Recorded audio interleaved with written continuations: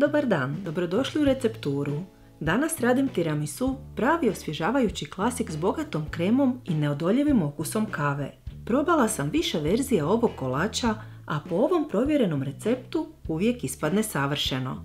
Idemo odmah na izradu. U posudu koja može ići na paru ću ubaciti 6 žumanjaka, dodati 140 g šećera i sve pijenasto izmiješati. Zatim se posuda stavlja na paru, pa sve kuhamo 20 minuta uz stalno miješanje.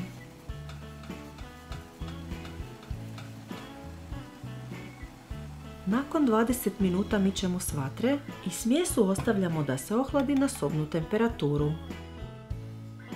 U široku posudu ću ubaciti 500 g mascarpone sira,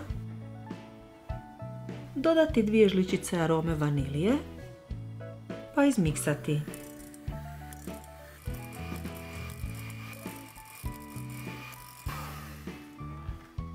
Ohlađene žumanjke i šećer spojit ćemo s mascarponeom i svaki put sve izraditi mikserom.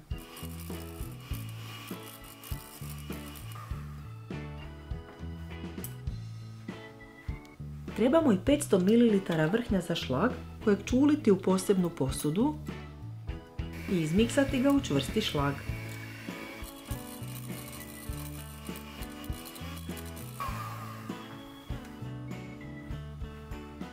Šlagu 2 puta ubacujemo u žutu smjesu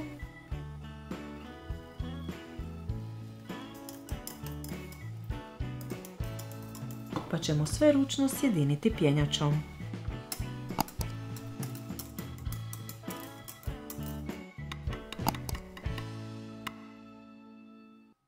Ranije sam skuhala jaku crnu kavu u koju ću uliti aromu ruma po želji.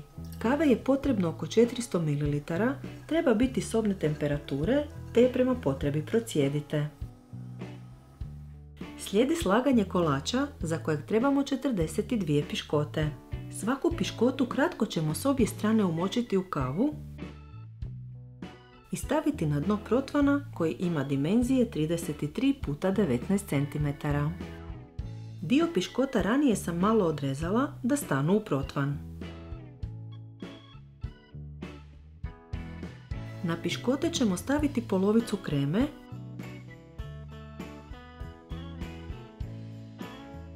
nanijeti je do rubova i zagladiti.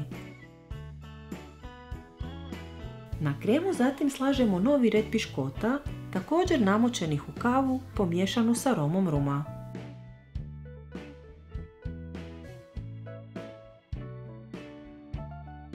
Preko piškota rasporedit ću drugu polovicu kreme i zagladiti je.